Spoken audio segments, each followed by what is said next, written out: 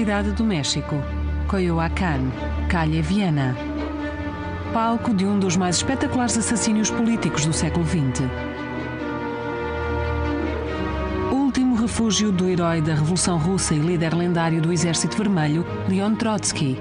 A 20 de agosto de 1940, foi golpeado pelas costas com um picador de gelo por Ramón Mercader, também conhecido por Frank Jackson. A mando de Stalin.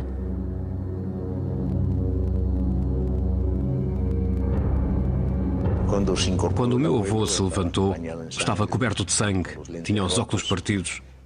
Sentou-se à entrada da porta e quando a mulher Natália correu a acudir-lhe, ele apontou e disse apenas Jackson, como se quisesse dizer, foi dali que veio o ataque que esperávamos.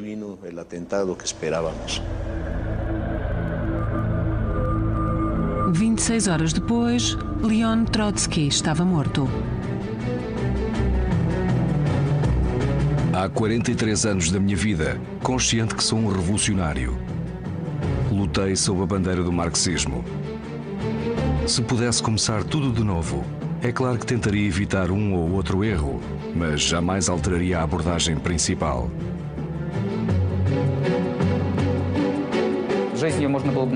Podemos dizer que na sua vida houve muitos cortes, muitos clímaxes, uma queda abrupta. Se Shakespeare tivesse vivido no século XX, Trotsky teria sido, sem dúvida, um dos heróis dos seus famosos dramas. Trotsky, o revolucionário.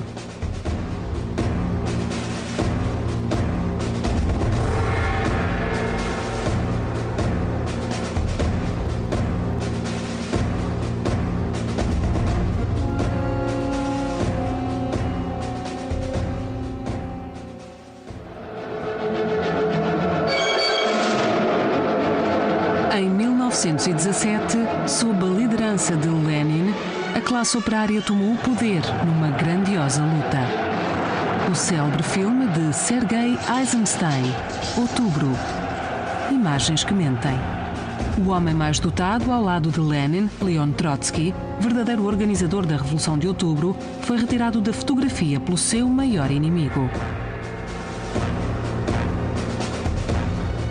Desde muito cedo, Stalin começou a eliminar a figura de Trotsky. E quando exigiu supervisionar o filme de Einstein sobre a Revolução de Outubro, o seu objetivo era distorcer a imagem de Trotsky. Essa falsa impressão foi a que passou a circular mundo fora. C'est une falsification menée à l'échelle de toute la planète.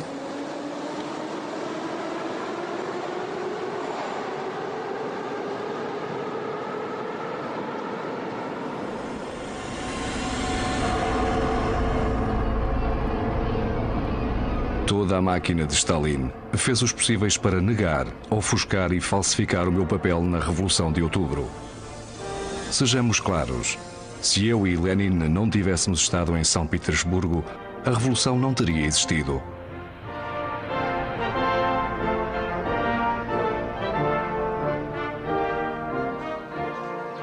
A capital russa em 1917. Palco do drama revolucionário que alteraria para sempre o destino da Rússia.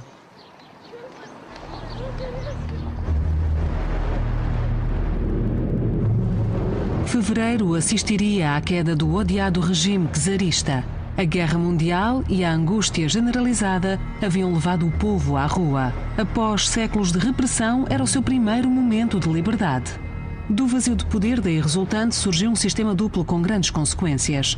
Por um lado, o governo interino dos partidos da classe média, por outro, o Conselho de Operários e Militares, o Soviet. Revolucionários de todo o país acorreram a Petrogrado. Um deles foi Leon Trotsky, de 38 anos, um solitário, uma figura de proa. O seu rival, Lenin, era 10 anos mais velho. Liderava o partido radical, os bolcheviques. 2 missionários autonomeados. Penso que Lenin e Trotsky se viam como responsáveis pela classe operária que não tinha voz. Eles eram a sua avant-garde, falavam por ela. E essa ideia acabou por os consumir. Julgavam estar a criar uma verdadeira revolução do proletariado.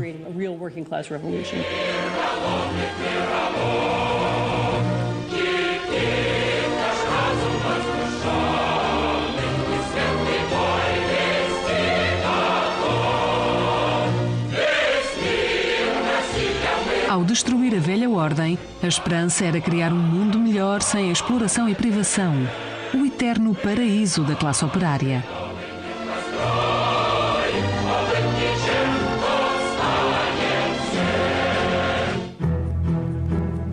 Foi por isto que Trotsky lutou nesse verão de 1917 com a sua arma mais afiada. A língua instigava as massas 20 horas por dia em toda a parte. Fábricas, palcos, casernas.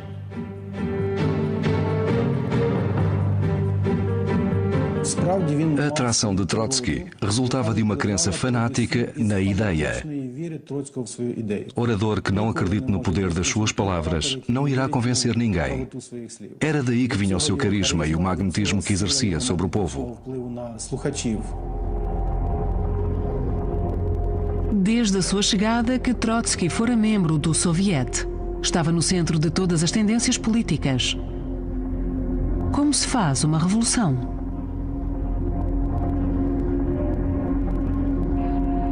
Surpreendentemente, Lenin, que há anos discutia essa questão com Trotsky, oferecia-se agora para colaborar com ele, mas Trotsky recusou.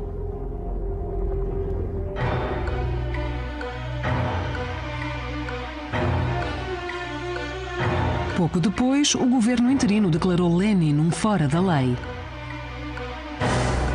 Viu-se obrigado a fugir para o estrangeiro. Uma semana depois, Trotsky tornou-se um bolchevique.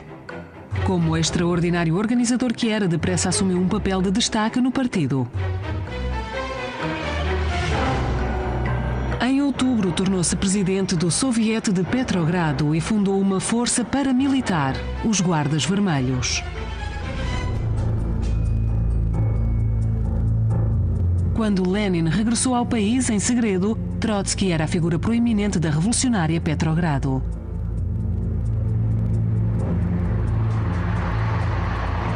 Lenin exortou uma imediata insurreição armada contra o governo burguês. Seria organizada por Trotsky, mas muitos dos líderes do partido não acreditavam na possibilidade do êxito. Um desses indecisos era Stalin, mais tarde o maior inimigo de Trotsky, mas na altura um homem sem qualquer importância política.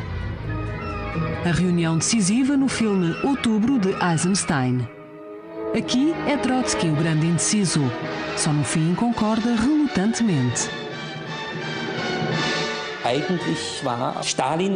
Na realidade foi Stalin quem hesitou e foi precisamente por Stalin ter ficado famoso por hesitar naquele momento decisivo que mais tarde se viu obrigado a minimizar o papel de Trotsky e a forjar a história, retratando-se como segundo arquiteto da revolução ao lado de Lenin. Por altura do filme Outubro de Lenin, de Mikhail Rohm, produzido para assinalar o 20º aniversário da Revolução, os papéis haviam se invertido por completo.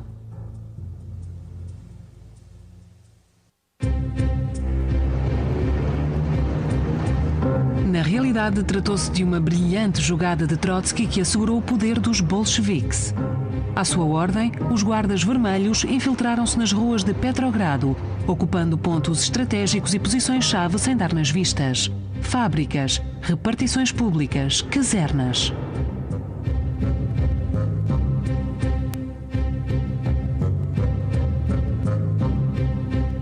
As milícias armadas posicionaram-se também diante do Smolny, o quartel-general de Trotsky e gabinete do Soviet.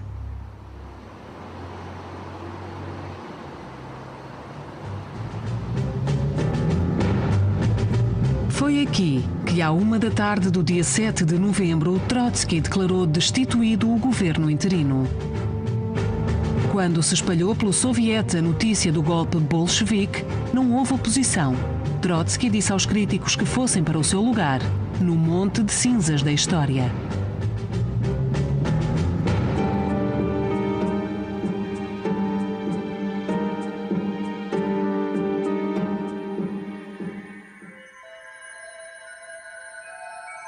último ato da chamada Grande Revolução de Outubro foi, no máximo, modesto. O assalto ao Palácio de Inverno, gabinete do governo interino, não passou de uma pequena escaramuça noturna que fez 6 mortos. Trotsky estava muito satisfeito. Fizeram uma das menos sangrentas revoluções da história da humanidade. Ninguém podia adivinhar o que se seguiria. Os revolucionários controlavam Petrogrado, mas pouco mais. O seu destino estava por um fio.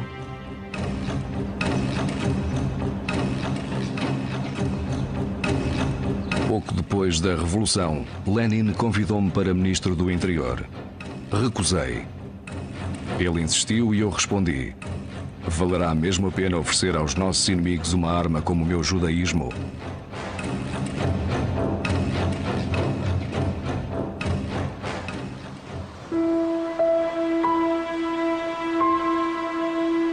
Leon Trotsky nascera exatamente 38 anos antes da Revolução de Outubro, a 7 de novembro de 1879. O seu nome, na altura, era Lev Davidovich Bronstein. A vida na pequena aldeia ucraniana de Yanovka era dura e monótona.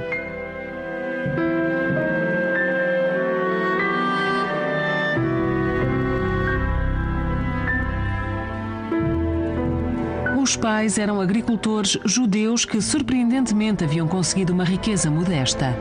Durante séculos, os judeus haviam sido reprimidos e marginalizados pelo regime czarista. Trotsky não se via como judeu. Queria despojar-se da pele de judeu. Queria ser alguém cujas origens não passavam de uma fina casca. A primeira fotografia de Lev Bronstein. Um menino de 9 anos, muito seguro de si, envergando orgulhosamente a farda da escola. Apesar das fortes restrições aos judeus, conseguira assegurar vaga numa escola da cidade de Odessa.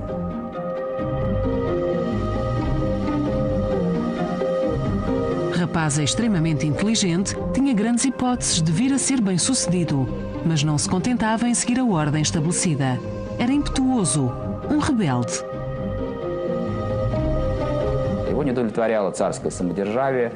Não aceitava o regime czarista, a satisfação presunçosa da burguesia ou das condições deploráveis em que os trabalhadores viviam. Como muitos outros da elite intelectual russa, estava preparado a passar dificuldades para seguir o caminho revolucionário. Em 1896, juntamente com outros da mesma opinião, Bronstein fundou uma liga de trabalhadores na região de Odessa. Sentiam a vocação para mobilizar o proletariado para a luta de classes. Foi uma aventura perigosa. Com apenas 18 anos, foi detido e condenado. Ainda em prisão preventiva, Bronstein casou com a sua camarada de armas, Alexandra Sokolovskaya, 6 anos mais velha. Um raio de luz no caminho do desterro.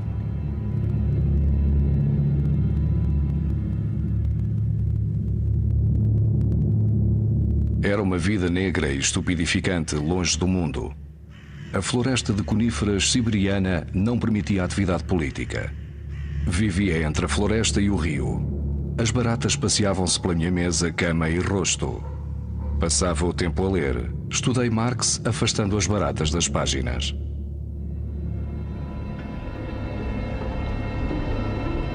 O inquieto Bronstein não suportou o isolamento político por muito tempo. Fugiu, deixando para trás a mulher e 2 filhas nascidas no exílio.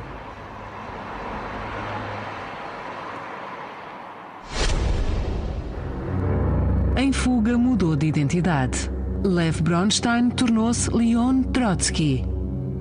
Agora, com 23 anos, tinha um sentido de humor negro. Trotsky era o nome de um dos guardas da prisão.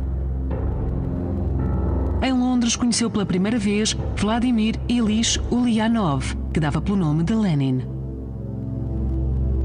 Estratega sereno, pensou ter em Trotsky um aluno ávido e enviou-o numa viagem de estudo que abrangeu metade da Europa. Em Paris, procurava um apartamento e encontrou a felicidade. apaixonou-se por uma aluna de artes revolucionária chamada Natália Sedoia.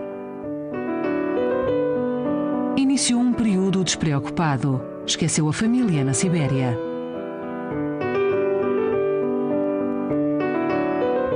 Mas a revolução permanecia no centro da vida de Trotsky. Com a ambição de tornar o mundo um sítio melhor, depressa desenvolveu as suas próprias teorias e zangou-se com o seu mecenas.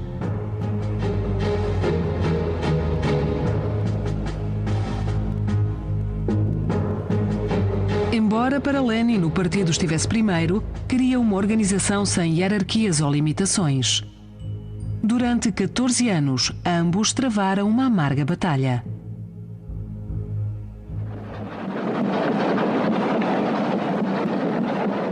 Em São Petersburgo, em 1905, Trotsky pôs pela primeira vez à prova a sua visão da revolução. Após confrontos sangrentos, o regressado do exílio declarou guerra ao regime czarista perante milhares de pessoas. Em outubro foi eleito presidente do Soviet, o primeiro conselho de operários do país. Com 26 anos, tornara-se um tribuno do povo. Para Trotsky, 1905 foi o ano decisivo. Deixou sua marca nas ações do Soviet de São Petersburgo durante os 52 dias da sua existência. De jornalista revolucionário passou a organizador revolucionário.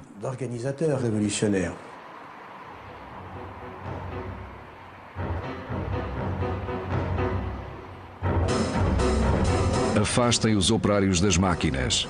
Arranquem-nos das fábricas. Conduzam-nos à rua. Ocupem os edifícios. Barriquem-se. Transformem a cidade num campo revolucionário.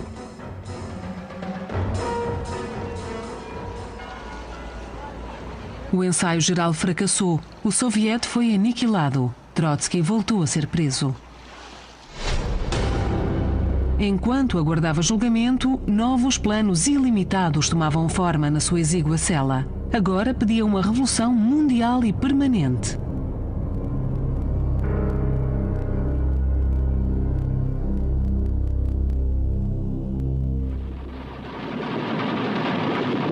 Passado um ano, a sentença. Novamente o exílio. Novamente na Sibéria, desta vez para sempre. Mas mesmo antes do comboio onde seguia chegar ao Círculo Polar Ártico, Trotsky conseguiu fugir. A situação era complicada. Teria de percorrer centenas de quilómetros de floresta desabitada. Durante os 7 anos seguintes, Trotsky viveu em Viena. O revolucionário sem pátria ganhava a vida como jornalista e editor. Era cliente habitual do Café Central, o ponto de encontro dos intelectuais da cidade. Todos o conheciam como o emigrado insatisfeito. Enquanto o czar governasse a Rússia, não podia regressar. Foi tempo de esperar e de colecionar arte, história, ciência. A psicanálise fascinava-o particularmente. Os poderes do inconsciente, os mecanismos da manipulação.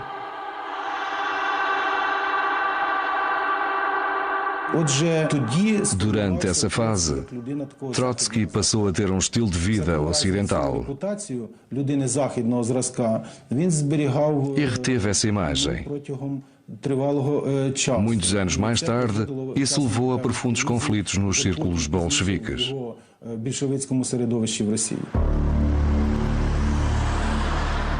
Em Viena, Trotsky conheceu o seu semelhante exato, o georgiano Josef Vissarionovich Djugashvili, ou Stalin. Também ele dedicara a vida à revolução, mas a sua luta era travada dentro da Rússia, na clandestinidade. Trotsky achou-o lúgubre e provinciano. Para Stalin, Trotsky seria sempre o arrogante boêmio ocidental. Dois revolucionários russos, dois mundos diferentes.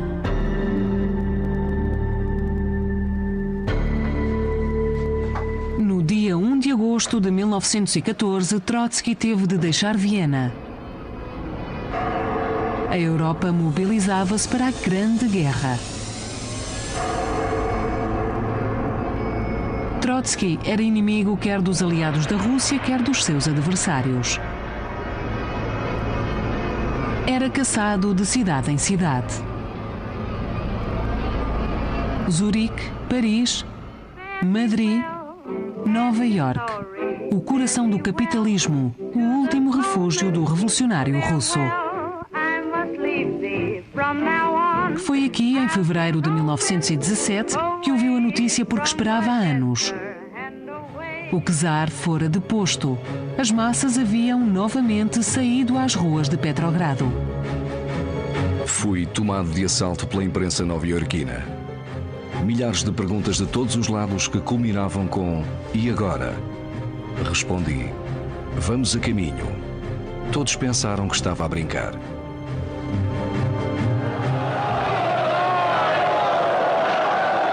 Oito meses depois, a brincadeira tornara-se realidade. Mas os novos líderes enfrentavam já problemas insuportáveis. O país fora arrasado pela fome e pela guerra. Os bolcheviques pouco apoio tinham no vasto império. Haviam prometido a paz. Agora tinham de cumprir a promessa, a qualquer preço. Lenin enviou Trotsky, na qualidade de ministro dos negócios estrangeiros, para as negociações em Brest-Litovsk. Aceitar as péssimas condições propostas pela Alemanha era inadmissível para Trotsky. O relutante ministro pôs de parte todas as delicadezas diplomáticas e sozinho deu a guerra por terminada. 2 dias depois do seu espantoso acesso, o golpe falhou. As tropas alemãs voltavam a marchar. Trotsky demitiu-se. Por fim, o governo soviético acabou por assinar o acordo de paz em condições humilhantes. Enquanto isso, o velho alto comando czarista chamava a oposição para a República Vermelha. Reuniram-se com o apoio do mundo inteiro. Uma Rússia comunista era uma ideia terrível. Os bolcheviques não tiveram outra alternativa senão combater. Daí em diante foi essa a mentalidade, a ideia de que era um pequeno povo e que o resto do mundo se reunia contra eles. A Inglaterra, a América e os inimigos russos estavam todos prontos para lutar contra eles. Em fevereiro de 1918, o governo de Lenin fugiu para Moscovo, a nova capital. As forças de apoio diminuíam de dia para dia. Já não havia fronteiras, apenas frentes. De costas para a parede, os bolcheviques mobilizaram-se.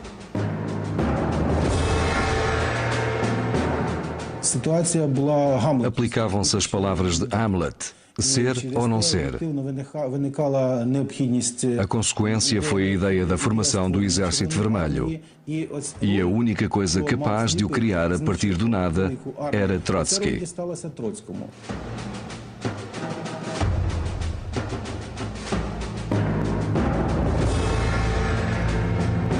Lenin traçava um panorama negro. Só temos gentalha. A sua fé na nossa capacidade de criar um exército não era muita. E eu disse-lhe: formamos os soldados com disciplina e competência de ferro. E ele retorquiu: muito bem, mas não temos muito tempo. Trotsky fez uma jogada ousada. Resolveu usar o velho para fazer o novo. Contratou milhares de oficiais czaristas desempregados. Para muitos ativistas bolcheviques era inevitável de repente terem de cumprir ordens dadas por oficiais czaristas. Dentro do partido bolchevique, cresceu a oposição a esta medida. Stalin foi um dos líderes da contestação. A inveja de Stalin em relação a Trotsky como comandante supremo das tropas gerou ainda mais conflitos. Avolumaram-se as críticas a Trotsky. As vitórias não aconteciam. Os guardas brancos avançavam sobre Moscovo, inspirados pela esperança de restituir o czar.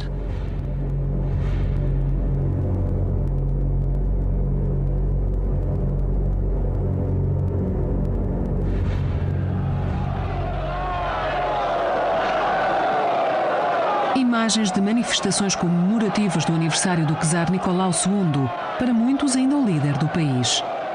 Estava preso e Trotsky planeava um julgamento mediático para revelar os seus crimes. Mas a 17 de julho, os Romanov foram fuzilados em Ekaterimburgo. Trotsky estava na frente de combate quando soube e defendeu a decisão de Lenin. A execução da família imperial era necessária, não apenas para incutir receio no inimigo, mas também para abalar as nossas fileiras. Caminhamos para a vitória absoluta ou para a derrota total.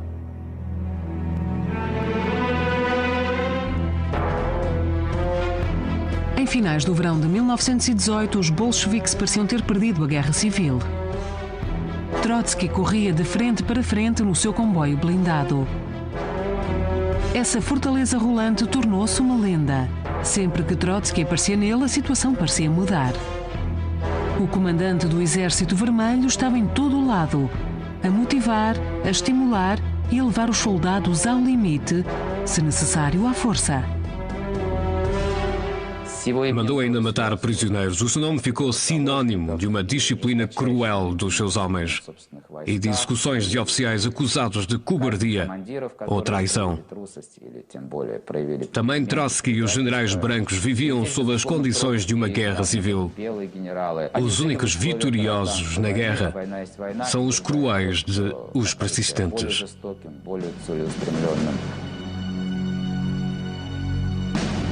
A Guerra Civil Russa tornou-se uma das mais sangrentas do século XX. Nenhuma das partes tinha piedade. Havia apenas ódio. Morreram mais de 9 milhões de pessoas. Os guardas brancos fuzilavam os prisioneiros vermelhos. Um oficial branco empalado. Comissários vermelhos amarrados a crucifixos e enforcados. Um padre torturado até à morte. Para o terror branco, terror vermelho. O terror vermelho alastrou a olhos vistos. Em poucas semanas foram executadas sumariamente entre 10 e 15 mil pessoas. Por vezes, os tribunais revolucionários realizavam pequenas audiências, mas as pessoas eram muitas vezes simplesmente assassinadas sem qualquer julgamento. Para os propagandistas brancos, Trotsky era um homicida em massa, um carniceiro. Para os propagandistas vermelhos, era o herói carismático na luta contra a contra-revolução assassina, um santo.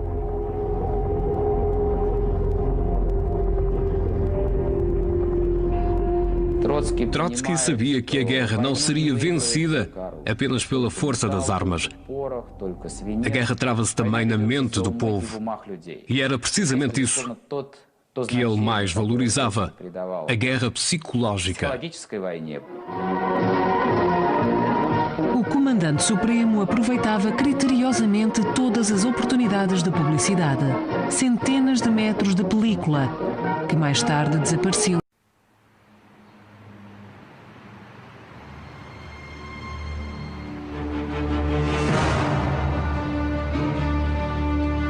Cidade do México, Coyoacán, Calle Viana. Palco de um dos mais espetaculares assassínios políticos do século XX. Último refúgio do herói da Revolução Russa e líder lendário do Exército Vermelho, Leon Trotsky. A 20 de agosto de 1940, foi golpeado pelas costas com um picador de gelo por Ramón Mercader, também conhecido por Frank Jackson. A mando de Stalin.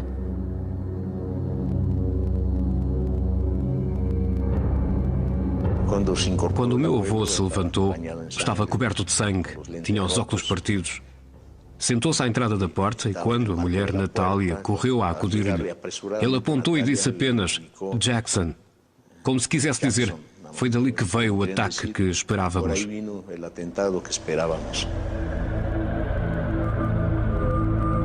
26 horas depois, Leon Trotsky estava morto. Há 43 anos da minha vida, consciente que sou um revolucionário. Lutei sob a bandeira do marxismo. Se pudesse começar tudo de novo, é claro que tentaria evitar um ou outro erro, mas jamais alteraria a abordagem principal.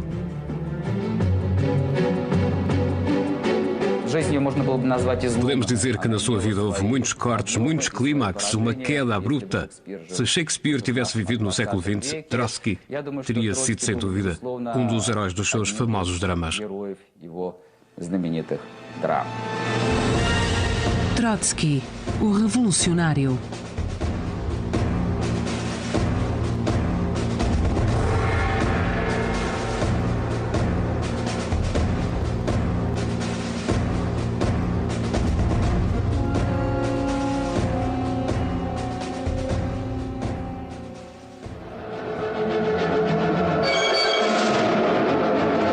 Em 1917, sob a liderança de Lenin, a classe operária tomou o poder numa grandiosa luta.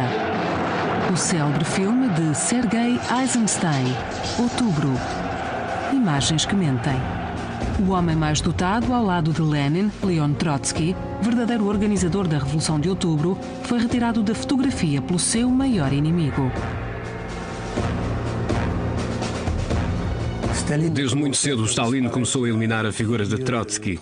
E quando exigiu supervisionar o filme de Einstein sobre a Revolução de Outubro, o seu objetivo era distorcer a imagem de Trotsky.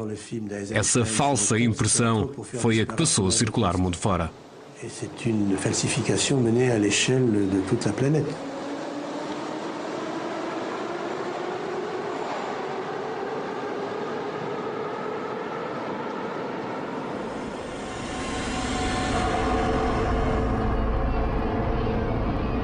Toda a máquina de Stalin fez os possíveis para negar, ofuscar e falsificar o meu papel na Revolução de Outubro. Sejamos claros, se eu e Lenin não tivéssemos estado em São Petersburgo, a Revolução não teria existido.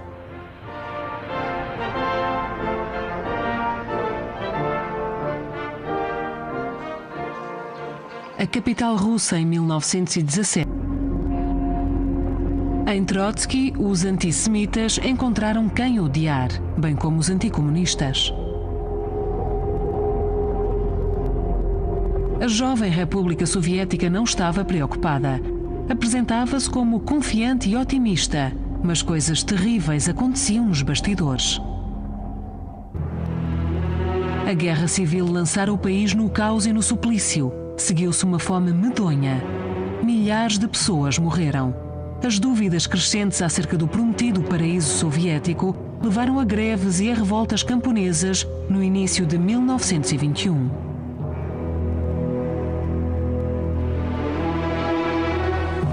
Entre os descontentes contavam-se os antigos heróis de Trotsky da Revolução de Outubro, os marinheiros de Kronstadt, que chamou para atacarem o Palácio de Inverno. Amotinaram-se exigindo pão e novas políticas.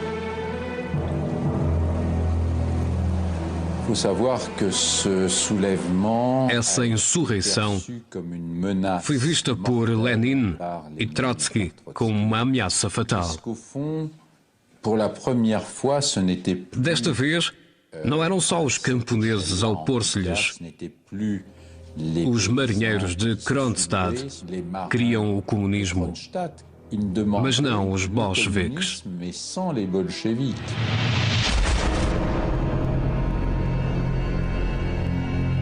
O rigor e a força extremos estão entre as mais importantes leis da Revolução. O poder não pode ser partilhado com ninguém. Se pararmos a meio do caminho, não é uma revolução, mas um nado morto.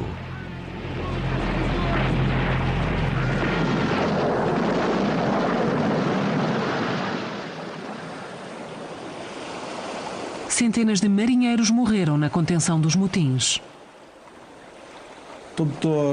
Os bolcheviques tomaram o caminho dos jacobinos, da força do radicalismo, das reservas à democracia, do domínio da sociedade por uma única classe.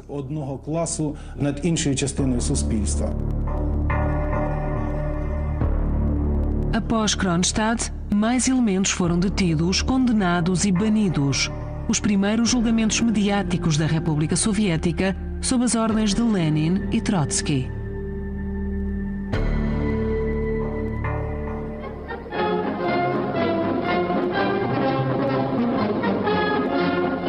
De novembro de 1922, 5º aniversário da Revolução de Outubro. Trotsky dirigiu as comemorações na Praça Vermelha, no lugar de Lenin, que há meses se encontrava gravemente doente. Era também o seu sucessor secreto, agora no auge do seu poder. O seu grande rival, Stalin, continuava de fora.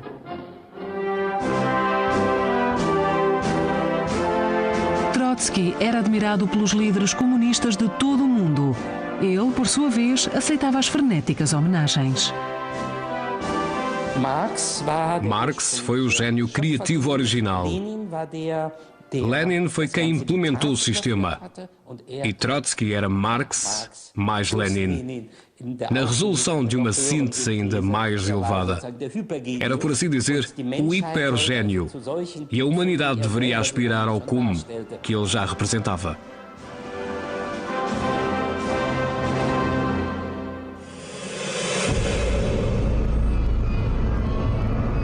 No entanto, a estrela de Trotsky já estava em queda. Lenin, o seu principal apoiante, estava às portas da morte. O seu testamento foi profético. Alertou o partido para o excesso de confiança de Trotsky e para a incontornável sede de poder de Stalin.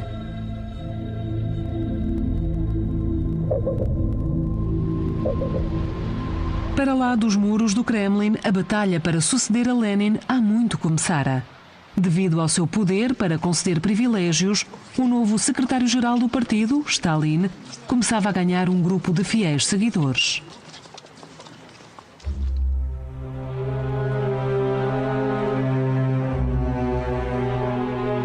As sessões de bebida de Stalin não me atraíam. Eles nem tentavam convencer-me a ir. Dizem que só pensa na revolução permanente. E pode dizer-se que foi aí que comecei a perder o poder.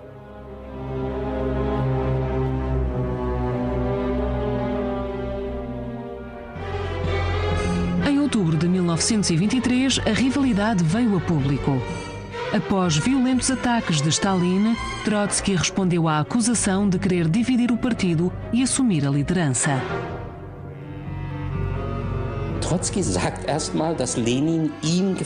Primeiro, Trotsky disse que Lenin o convidara para ser seu sucessor, ou seja, designou-se a ele próprio como sucessor legítimo.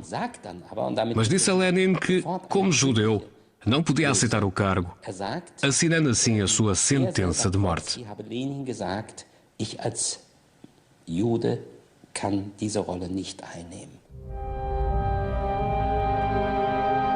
Dias depois da revelação, Trotsky perdeu os sentidos. A guerra civil, as intrigas e uma febre alta tinham-lhe esgotado as forças e foi para umas termas no Cáucaso.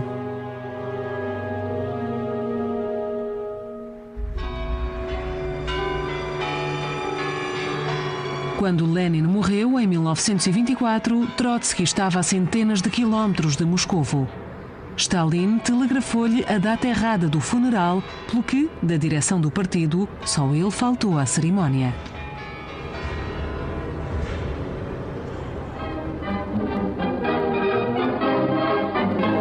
O dolo de Stalin não foi divulgado e, de início, a consideração do povo por Trotsky subiu mais do que nunca. Ele tinha comandado o Exército Vermelho e era um verdadeiro herói da Guerra Civil, enquanto que Stalin não era. Era um nome que de repente o mundo inteiro conhecia, portanto, para Stalin, por ele não aceitar a sua liderança, era a ameaça principal. Stalin continuou com as suas intrigas. Apresentava-se como um homem moderado que proclamava a doutrina do socialismo num só país, a União Soviética. Era o que a maioria do partido queria ouvir. Já Trotsky, pelo contrário, o defensor inflexível da Revolução Mundial, começou a perder apoiantes. Descreveu Stalin como o couveiro da Revolução. Stalin não esqueceria nem perdoaria, nem a ele nem à família. Aos poucos foi enfraquecendo o poder de Trotsky, que em 1925 perdeu seu cargo como comandante do Exército Vermelho. Em 1926 foi o assento no Politburo. Em 1927, o seu lugar no Comitê Central.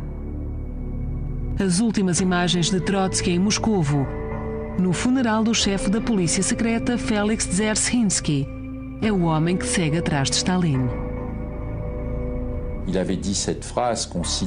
Uma frase famosa de Trotsky foi: Stalin é a mediocridade mais ilustre do partido. Podemos ver como se enganou. Subestimou completamente a extraordinária capacidade política de Stalin.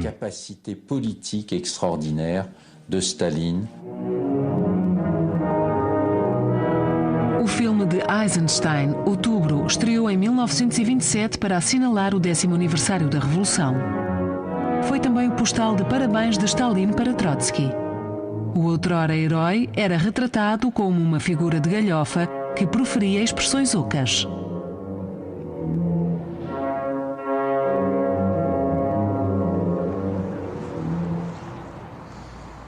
Poucos dias depois, Trotsky foi expulso do partido de Lenin, preso e novamente desterrado. Desta vez pelos seus antigos camaradas.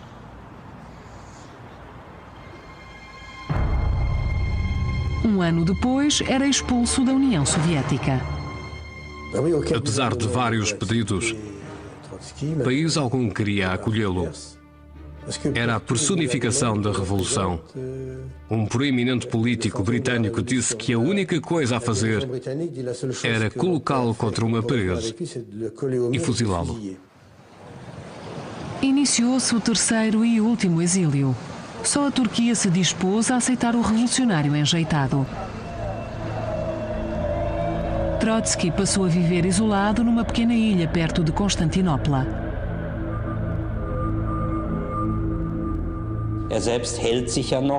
Ele próprio se considerava um rival de Stalin e pode ter visto esse isolamento na ilha em termos napoleónicos. Napoleão em Santa Helena tinha essas ideias, mas talvez pensasse regressar à frente de soldados leais.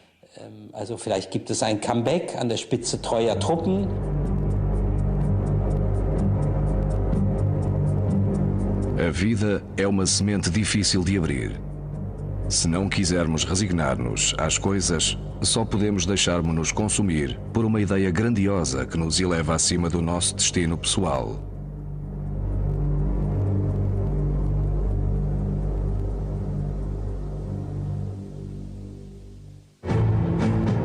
Nesse isolamento político, Trotsky usou a sua arma mais poderosa, a palavra.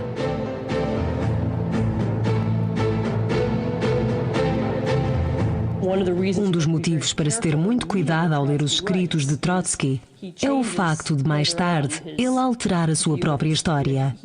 Quando escreve as suas memórias da Revolução e da sua vida, omite e altera coisas, pintando-se como o bom da fita e Stalin como o burocrata enfadonho.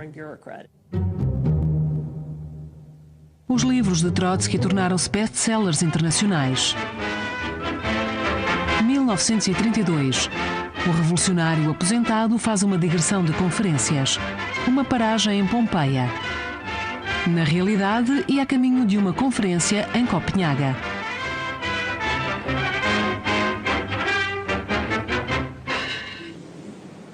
Trotsky estava uma vez mais no seu elemento, a falar para grandes plateias em alemão. Os camponeses, depois de se elevarem do seu estatuto medieval, não podem generalizar politicamente a sua ira.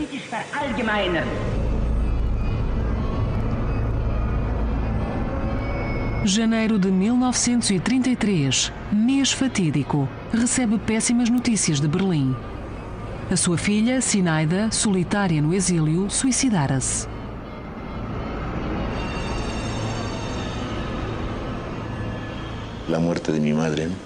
O suicídio da minha mãe foi um duro golpe. O meu avô culpava Stalin. Afinal, fora ele que lhe tirara a cidadania e a impedia de se reunir à família. O meu avô isolou-se com a Natália durante vários dias e nem comia. Quando voltou, envelhecera vários anos, o cabelo estava grisalho.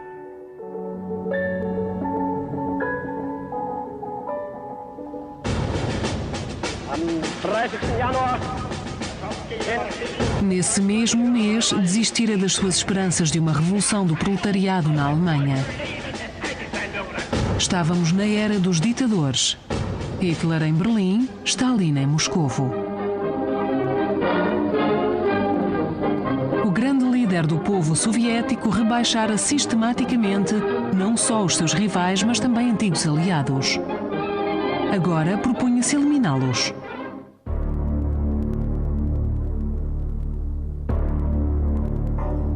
Em 1936, têm início os famosos julgamentos mediáticos.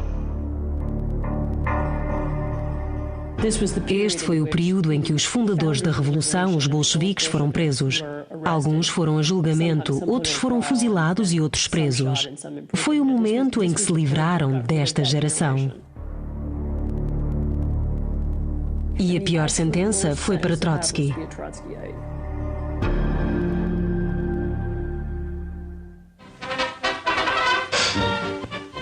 O aliado de Lenin e comandante do Exército Vermelho encontrou refúgio no México. Foi deposto e exilado por Stalin, forçado a fugir de país para país, e o México acolheu-o. Trotsky e a sua segunda mulher, Natália, depois da sua odisseia por metade da Europa. Aqui eram convidados do famoso pintor Diego Rivera, fervoroso admirador do revolucionário profissional russo. Finalmente, a paz, depois de anos de turbulência. Momentos privados. Apaixonou-se pela esposa do anfitrião, a pintora Frida Kahlo.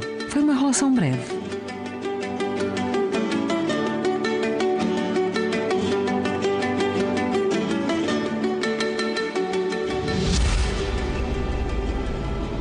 Entretanto, em Moscovo, Trotsky era condenado à morte como agente fascista.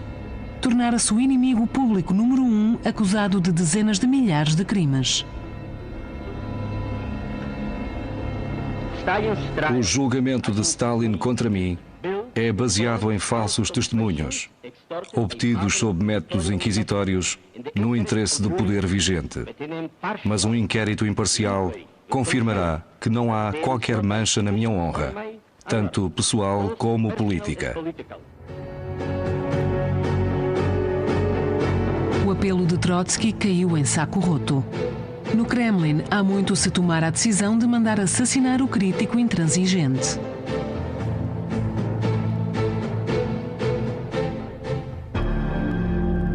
Em 1939, Trotsky mudou-se para a sua nova casa, o número 19 da Calha, Viena, que fora transformada numa fortaleza. O perigo estava cada vez mais próximo. Para esse bando maldito de trotskistas, o veredito é só um: matem-nos. Os cães fascistas merecem uma morte de cão.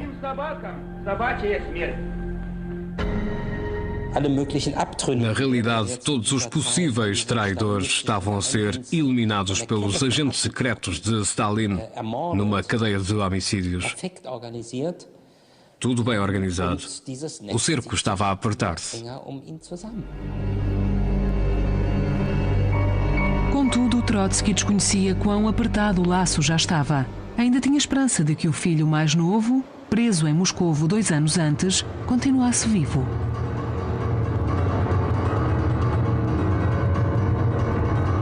Sempre que penso no Seriosha, sofro muito. Ele confiou em nós. E o resultado foi o seu sacrifício. Talvez a minha morte o salvasse.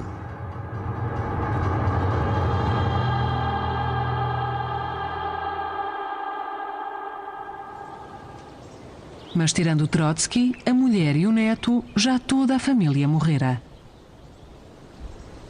Em fevereiro de 1940, Trotsky escreveu o seu testamento político. O longo braço de Stalin, a polícia secreta ou o GPU, já haviam colocado agentes perto do alvo. Na noite de 23 para 24 de maio de 1940, conseguiram entrar-lhe em casa. Eu estava a dormir tranquilamente e acordei de repente. Do jardim atiravam bombas para os quartos, incluindo o meu. Ouvi um estrondo. As chamas ergueram-se. Eu saí a correr e pensei que a casa inteira iria explodir. De súbito, ouvimos a voz do meu avô, todo contente. Estava eufórico, porque escapara ileso ao atentado.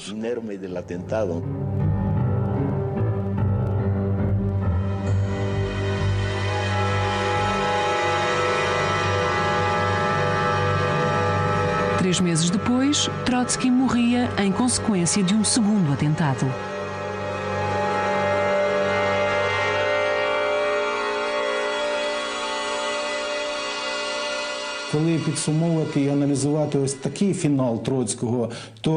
Ao pensarmos na sua morte, temos de ver que Trotsky foi vítima de uma máquina que ajudou a criar. Todos os bolcheviques defendiam a ditadura do proletariado, a ditadura da força. A violência como forma de trazer felicidade ao povo. Se virmos Trotsky como uma vítima, ele foi vítima da guilhotina que construiu. Dezenas de milhares de pessoas alinharam-se nas ruas para o seu funeral.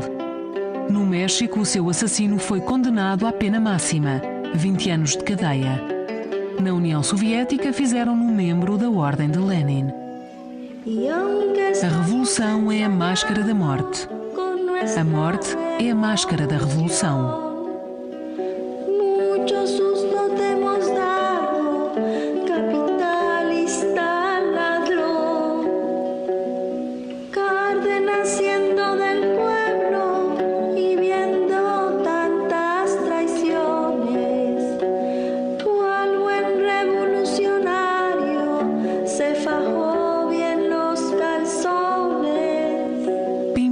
Produção audiovisual.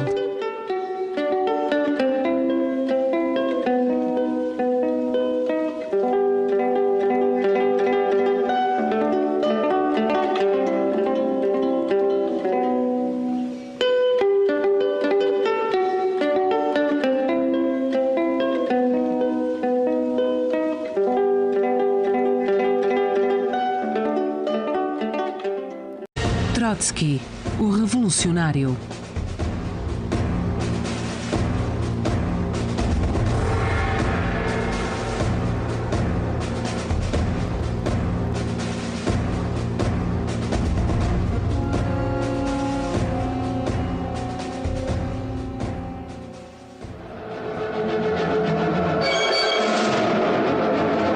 Em 1917, sob a liderança de Lenin, a classe operária tomou o poder numa grandiosa luta. O célebre filme de Sergei Eisenstein, Outubro. Imagens que mentem. O homem mais dotado ao lado de Lenin, Leon Trotsky, verdadeiro organizador da Revolução de Outubro, foi retirado da fotografia pelo seu maior inimigo. Desde muito cedo, Stalin começou a eliminar a figura de Trotsky. E quando exigiu supervisionar o filme de Einstein sobre a Revolução de Outubro, o seu objetivo era distorcer a imagem de Trotsky. Essa falsa impressão foi a que passou a circular mundo fora. C'est une falsification menée à l'échelle de toute la planète.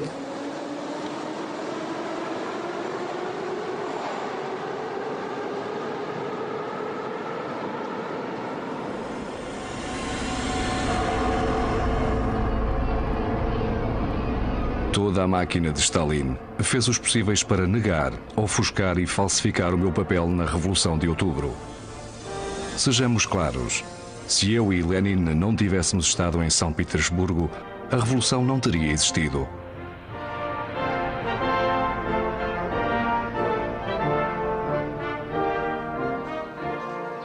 A capital russa em 1917. Palco do drama revolucionário que alteraria para sempre o destino da Rússia.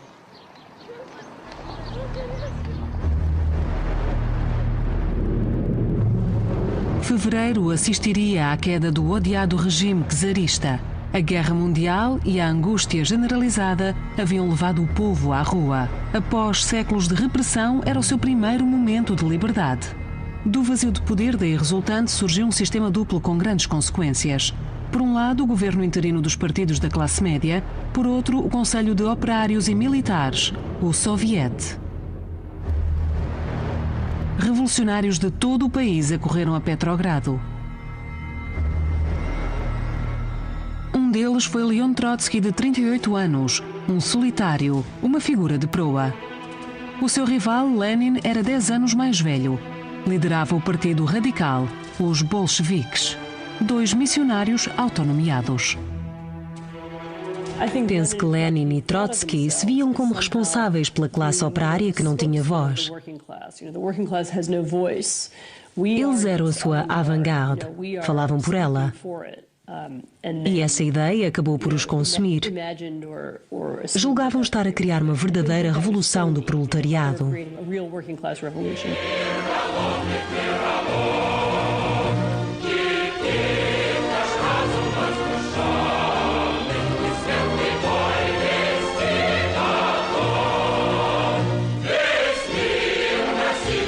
Ao destruir a velha ordem, a esperança era criar um mundo melhor sem exploração e privação. O eterno paraíso da classe operária.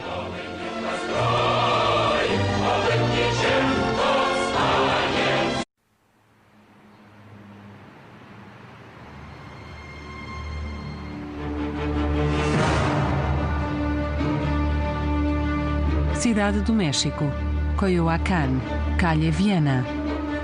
Palco de um dos mais espetaculares assassínios políticos do século XX. O último refúgio do herói da Revolução Russa e líder lendário do Exército Vermelho, Leon Trotsky. A 20 de agosto de 1940, foi golpeado pelas costas com um picador de gelo por Ramón Mercader, também conhecido por Frank Jackson. A mando de Stalin.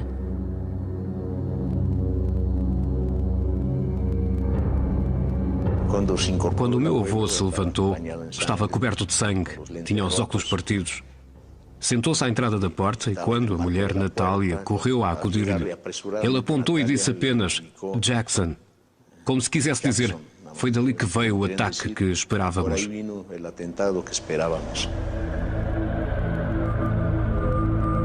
26 horas depois, Leon Trotsky estava morto. Há 43 anos da minha vida, consciente que sou um revolucionário. Lutei sob a bandeira do marxismo. Se pudesse começar tudo de novo, é claro que tentaria evitar um ou outro erro, mas jamais alteraria a abordagem principal.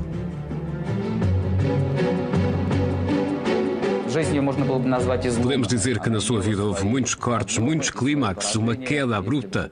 Se Shakespeare tivesse vivido no século XX, Trotsky teria sido, sem dúvida, um dos heróis dos seus famosos dramas.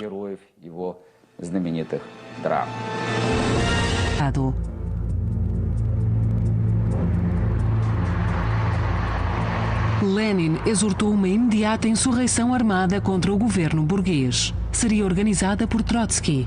Mas muitos dos líderes do partido não acreditavam na possibilidade do êxito. Um desses indecisos era Stalin. Mais tarde, o maior inimigo de Trotsky, mas na altura um homem sem qualquer importância política. A reunião decisiva no filme Outubro de Eisenstein. Aqui é Trotsky o grande indeciso. Só no fim concorda relutantemente. Na realidade, foi Stalin quem hesitou e foi precisamente por Stalin ter ficado famoso por hesitar naquele momento decisivo que mais tarde se viu obrigado a minimizar o papel de Trotsky e a forjar a história, retratando-se como segundo arquiteto da Revolução ao lado de Lenin. Por altura do filme Outubro de Lenin, de Mikhail Rohm, produzido para assinalar o 20º aniversário da Revolução, os papéis haviam se invertido por completo.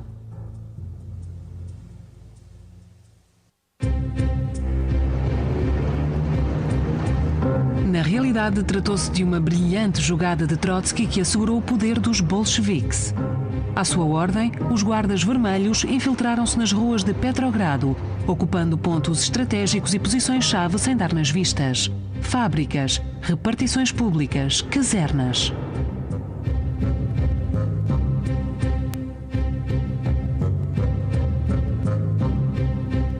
As milícias armadas posicionaram-se também diante do Smolny, o quartel-general de Trotsky e gabinete de... Foi por isto que Trotsky lutou nesse verão de 1917 com a sua arma mais afiada. A língua instigava as massas 20 horas por dia em toda a parte. Fábricas, palcos, casernas.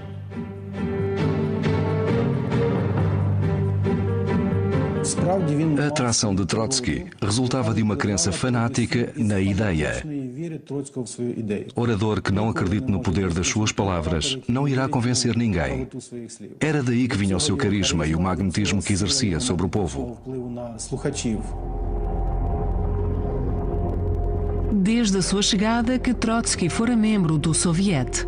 Estava no centro de todas as tendências políticas. Como se faz uma revolução?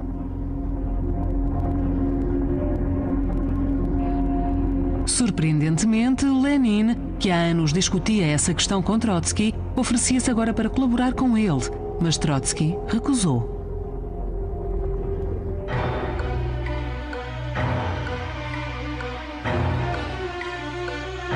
Pouco depois, o governo interino declarou Lenin um fora da lei. Viu-se obrigado a fugir para o estrangeiro.